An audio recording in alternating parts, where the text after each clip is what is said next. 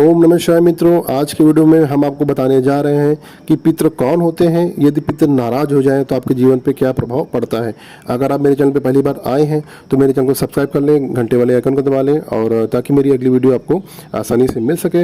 Video को like कर दें, शेयर करिए। तो चलिए वीडियो को शुरू करते हैं। तो मित्रों, जान लेते हैं कि पितृ कौन होते हैं। हमारे घर के सदस्य जिनकी किसी भी कारण से मृत्यु हो जाती है वो पितृ कहलाते हैं। जैसे हमारे दादा दादी, पापा मम्मी या उससे पहले जिनकी भी मृत्यु हुई है, जो आपके वंश के हैं, वो सारी पितृ कहलाते हैं। हमारे घर के मुख्य देवता पितृ होते हैं और कुल देवी तथा कुल देवता होते हैं। जिस घर में पितृ प्रसन्न रहते हैं उस घर में लड़ाई झगड़े नहीं होते हैं। परिवार के सभी सदस्यों का एक मत रहता है, प्रेम रहता है, स्नेह रहता और बरकत रहती है। आपके निर्णय जो भी आप लेते हैं उसमें आपको तरक्की मिलती है, आपको सफलता प्राप्त होती है। वर्ष में एक बार पितृपक्ष आता है। इस बार पितृपक्ष 10 सितंबर 2022 से 25 सितंबर 2022 तक रहेगा। मित्रों, पितरों को कंडे यानी कि गाय का गोबर को सुखाकर कंडा बनाया जाता है। उसमें उसकी आग बनाकर उसमें घी तथा गुड़ का भोग दिया जाता है और भी पकवान बनता है। सूर्योदय के समय सूर्य देवता को जल का तर्पण दिया जाता है। पितरों से संबंधित कार्य आपके पिता या आपके माता द्वारा किया जाता है और जिनके माता पिता में से कोई एक जीवित होता है तो पितृ का उसका पूजन करना चाहिए। और जिनके माता पिता दोनों नहीं होते हैं तो केवल घर का विवाहित जो सबसे बड़ा पुत्र होगा या बहू होगा वो पितरों से संबंधित कार्य उसको करने चाहिए। यदि जिनके माता पिता नहीं हैं, घर के पितृ नाराज हैं, तो उनको उपाय करने चाहिए। तो चलिए जान लेते हैं कि पितरों के नाराज होने से क्या क्या लक्षण होते हैं और हमारे जीवन में क्या क्या समस्याएं आती हैं। मित्रों, जिस घर में पितरों की समस्या होती है या पितृ नाराज होते हैं उनके घर में आर्थिक समस्या यानी कि पैसों की समस्या बनी रहती है। आप 20,000 रुपये कमाते हैं तो 30,000 रुपये खर्चा होता है, आप पे कर्ज चढ़ जाता है। मित्रों, दूसरा लक्षण होता है जब पितृ आपके नाराज होते हैं तो घर में बहुत सारे लड़ाई झगड़े होते हैं और परिवार के सदस्यों का किसी भी विषय में एक मत नहीं होता है। अगला लक्षण है पितृ नाराज होते हैं तो आपके बनते कार्य बिगड़ जाते हैं, आपको कार्य में सफलता नहीं प्राप्त होती है।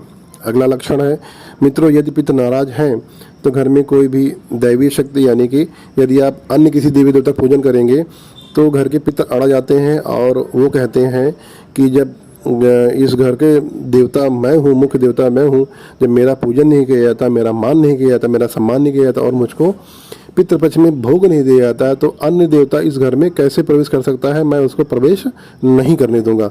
तो मित्रों, ये वास्तविकता है। मैंने एक बार जो है इसका परीक्षण भी किया हुआ है। माता काली के आदेश पे मेरे सती में काल भैरव बाबा आते हैं तो माता काली ने कहा कि जाइए, एक घर में मुझे जाना था तो उस घर में पितृ अड़ गए और मुझे घर में प्रवेश नहीं करने दिया। तो मित्रों, पितृ इतने शक्तिशाली होते हैं कि वो चाहे तो किसी को भी नहीं आने दे सकते घर में आपके। मित्रों, हमारे क्षेत्र में या कहिए हमारे गांव में कहावत है कि घर के देव ललाएं, बाहर के पूजे जाएं। अर्थात कि जो घर के देवता उनका पूजन नहीं हो रहा है और बाहरी देवताओं का पूजन हो रहा है। ब्रह्मांड की कितनी भी बड़ी शक्ति क्यों ना हो, अगर आप उसका आवाहन करेंगे तो बिना पितृ उनको प्रवेश नहीं करने देंगे। पहले आपको पितरों को मनाना पड़ेगा, आपको उनको शांत करना पड़ेगा। मित्रों, अगला लक्षण है पितृ जब नाराज होते हैं तो घर में बीमारियां बनी रहती हैं, घर के सदस्य बीमार रहते हैं और आपका काफ़ी सारा पैसा बीमारी पर खर्च होता है। अगला लक्षण है पितृ नाराज होने के कारण रोजगार की समस्या होती रहती है। आपका रोजगार बंद हो जाता है या आपका रोजगार छूटता है फिर मिलता है। तो मित्रों, ये से लक्षण जिससे आप जान सकते हैं कि आपके पितृ आपसे नाराज हैं। मित्रों, जब पितृपक्ष आता है तो पितरों के अधिपति यानी कि देवता जो मुख्य देवता है वो अर्यमा है। ये महर्षि कश्यप की पत्नी देव माता अदिति के पुत्र हैं और महर्षि कश्यप सप्त ऋषियों में से आते हैं। अर्यमा सभी घरों के पितरों को आकाश मार्ग से उनके घरों में छोड़ देते हैं। जब पितृपक्ष आता है तो आपके वंश के जो भी पूर्वज मर गए हैं वो सभी आपके घर में तथा आपके वंश के घर जहाँ जहाँ पर है वहाँ पे वो जाते हैं। आपको मैं सरल भाषा में समझाता हूँ। जैसे आपका परिवार है और आपके बहुत सारे भाई हैं, आपके बहुत सारे बंधु हैं, आपके चाचा ताई जितना भी आपका रिलेशन है और उनके घर सब जगह बने हुए हैं। कोई कहाँ रहता है, कोई कहाँ रहता है। तो जहाँ जहाँ पर जिसके जो घर रहते हैं वहाँ पर पितृपक्ष में आपके पितृ जो है देवलोक से या नरक लोक से या भूलोक से आपके घरों में आते हैं। किसी घर में 2 आते, किसी घर में 3 आते। इस तरह से उस सभी के आपके वंश के सभी घरों में हो जाते हैं। मित्रों, प्रश्न ये उठता है कि आखिर ये पितृ क्यों आते हैं हमारे घर में। तो मित्रों, पितृ इसलिए आपके घर में आते हैं क्योंकि उनको मरने के बाद उन्हें मुक्ति नहीं मिली है और पितरों की मुक्ति के लिए हमें गया में पिंडदान करना पड़ता है, और जो है तब जाकर हमारे पितृ जो नरक में हैं या भूलोक में जो तरह तरह कष्ट भोग रहे हैं उनको मुक्ति मिलती है। पितृ पक्ष में पितरों को जो है भोजन अपने जीवित वंश में मिलता है और वहीं पे आते हैं। मित्रों, पितृ पक्ष बहुत ही महत्वपूर्ण होता है। हमें पितरों का अपना सम्मान करना चाहिए, उनको कोसना नहीं चाहिए कि उन्होंने हमारे लिए किया क्या है और हम तो बर्बाद हैं। तो इससे पितृ हमारे नाराज होते हैं और हमको तरह तरह का कष्ट वो देते हैं। तो चलिए जान लेते हैं कि अब बात करते हैं कि पितृ नाराज क्यों होते हैं। बहुत सारे लोग पितरों को नहीं मानते हैं और कहते हैं कि जो बनाया है मैंने ही बनाया है, ये पितृ क्या होते हैं। ऐसे लोगों से पितृ नाराज हो जाते हैं। और जो व्यक्ति आप हो चाहे कोई भी हो, कल को मरेंगे तो आप भी अपने वंश के पितृ बनेंगे। आपके बच्चे मरेंगे तो वो पितृ बनेंगे। तो ये तो सिस्टम है एक तरह का, जो है जो मरेगा वो पितृ पक्ष में चला जाएगा, वो जो है पितृ ही बनेगा मरने के बाद में।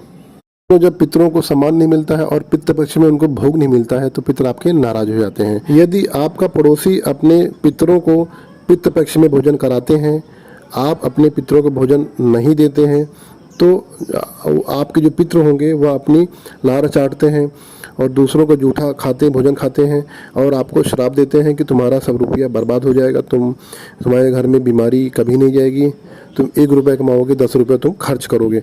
मित्रों, ये बात जो मैं आपको बता रहा हूँ कि भगवत गीता में स्पष्ट रूप से बताई गई है और आशा करता हूँ आपको पितरों का महत्व समझ में आया होगा।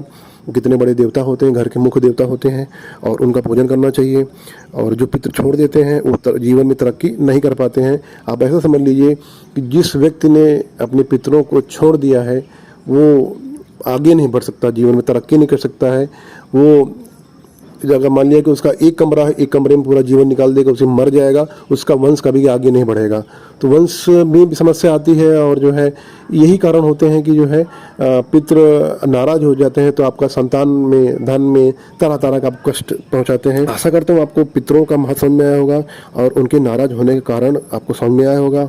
और अपने पितरों का पूजन करिए, वो आपके घर के मुख्य देवता हैं, और ताकि आपका जीवन में तरक्की कर सकें, जो आपने बनाया है उससे आप आगे बढ़ सकें। और जितना आप आगे बढ़ेंगे आपके परिवार में, आपके जो वंश है, आपका जो खानदान, आपके जो बच्चे हैं उनके लिए आनंद का विषय रहेगा। तो मित्रों, ये थी छोटी सी जानकारी पितरों के विषय में और आशा करता हूँ आपको जानकारी अच्छी लगी होगी, पसंद आई होगी। अगर कोई प्रश्न पूछना हो तो कमेंट बॉक्स में पूछ सकते हैं। अगर आप मुझसे कोई अभिमंत्रित माला लेना चाहते हैं या कोई अभिमंत्रित जो है ताबीज़ लेना चाहते हैं तो आप ले सकते हैं। और साधना करना चाहते हो तो मैं साधना भी करवाता हूँ। अपना ध्यान रखिए, अपने परिवार का ध्यान रखिए। ओम नमः शिवाय। जय काल भैरव, जय माँ काली।